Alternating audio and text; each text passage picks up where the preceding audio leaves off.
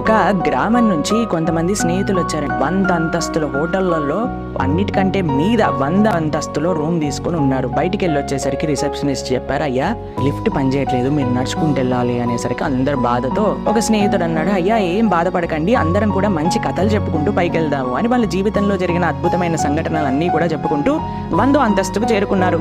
ఇంకొక స్నేహితుడు మాత్రం మాట్లాడట్లేదు. ఆయన అడిగారు, అయ్యా నువ్వేదన్నా చెప్పు అని. అంటే మీ అందరికీ ఒక చెడు వార్త ఉంది, నేను రూమ్ కీస్ కిందే మర్చిపోయా అని చెప్పాను. మన జీవితంలో ఎంత ఎత్తుకెగిలినా సరే అండి, మన యొక్క ఆ తాళం చెయ్యి మనం కిందే మర్చిపోతే, ఏంటి ఆ తాళం చెయ్యి అని అంటే మన విలువలు, మన ఆధ్యాత్మిక తత్వము, దాంతోపాటు మన చక్కటి స్వభావం, ఇవి కానీ మనం మర్చిపోయాం అనుకోండి, ఎంత పైకి అయినా సరే మనం వాటి సుఖము సంతోషము ఇవ్వలేదండి. కాబట్టి మనం మంచి ఆధ్యాత్మిక మార్గంలో మన యొక్క సంస్కృతి సాంప్రదాయాల్లో ఉండడానికి ప్రయత్నించాలి. హరే కృష్ణ.